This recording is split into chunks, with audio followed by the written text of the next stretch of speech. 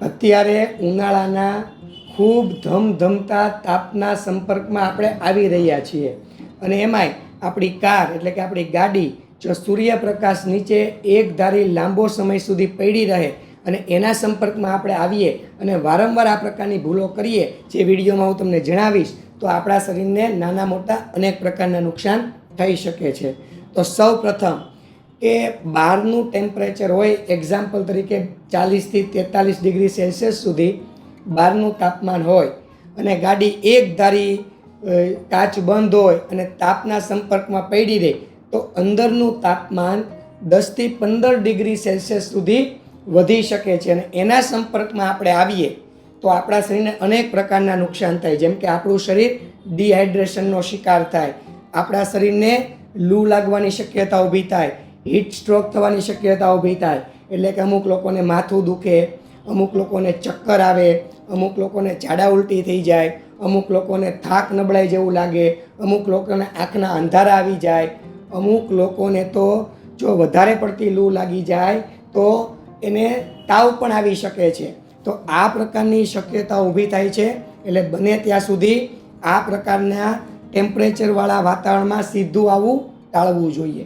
બીજું કે આપણી જે ગાડી છે તે સૂર્યતાપ નીચે એકધારી પડી હોય એટલે ખૂબ તપે અને બહારનું તાપમાન હોય એનાથી અંદરનું તાપમાન જો વધી જાય એટલે સ્વાભાવિક છે કે ડેશબોર્ડનું પ્લાસ્ટિક છે, સ્ટેરિંગ છે, ગેર છે, કવર છે, હેન્ડલ છે, કોઈ પણ પ્રકારનું પ્લાસ્ટિક હોય એ તપે એટલે એમાંથી હાનિકારક ગેસ નીકળે.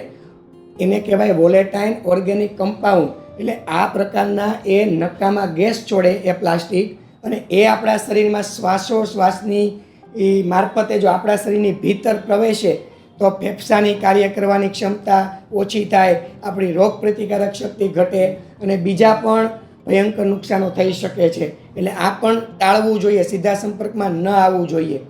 ત્રીજું કે આપણું શરીર જો વારંવાર આ પ્રકારના ટેમ્પરેચર વાતાવરણમાં ડાયરેક્ટ એના સંપર્કમાં આવે તો સ્વાભાવિક છે આપણા ચામડીને તપારો થવાનો જ છે અને તાપ સૂર્યપ્રકાશનો તાપ લાગવાનો છે. પરિણામે ચામડીના રોગ થાય, એમાં સામાન્ય ખંજવાળ આવે, અમુક લોકોને સ્કિન ડ્રાય થઈ જાય, અમુક લોકોને ખંજવાળ આવે, અમુક લોકોને સ્કિન લાલાશ પડતી થઈ જાય. આ પ્રકારની સમસ્યાઓ ઊભી થાય છે. એટલે બને ત્યાં સુધી આ પ્રકારના ડાયરેક્ટ તાપમાનમાં સૂર્યપ્રકાશના સંપર્કમાં રહેલી ગાડીના ડાયરેક્ટ તાપમાનમાં રહેવાનું ટાળવું જોઈએ. 3 પ્રકારના લોકોએ તો ખાસ ધ્યાન રાખવાનું. એક તો નાના બાળકો, બીજું એકદમ વૃદ્ધ ઉંમરના લોકો, ત્રીજું ગર્ભવતી મહિલાઓ અને ચોથું જે લોકો શ્વાસની બીમારી ધરાવે છે કે બ્લડ પ્રેશરની સમસ્યા ધરાવે છે આ પ્રકારના લોકોએ તો ખાસ આના સંપર્કમાં ના આવવું. કેમ કે એ લોકો આની લપેટમાં ઝડપથી આવી જાય અને એને પ્રોબ્લેમ થવાની શક્યતાઓ વધી જતી હોય છે. આપણે કરવાનું શું એનો ઉકેલ પણ છે. એક તો આપણે સૌ પ્રથમ ચારેય કાચને ખોલી નાખવાના, આપણો દરવાજો ખોલી નાખવાનો, ત્યારબાદ 5 મિનિટ સુધી એને એમનેમ રહેવા દેવાનો એટલે બધી ગરમી બહાર નીકળી જશે અને તમારે પછી એમાં બેસવાનું.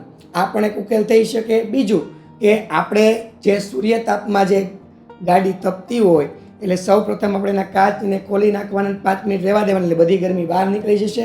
ત્યારબાદ ગાડીને થોડીક ચલાવીને છાંયડા નીચે મૂકી દેવાની, ત્યારબાદ 5 મિનિટ સુધી એમાં રહેવા દેવાની એટલે મોટાભાગની જે ગરમી છે તે બહાર નીકળી જશે.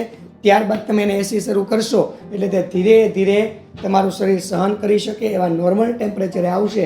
ત્યારબાદ તમે એમાં બેસીને એમાં સફર કરી શકો છો.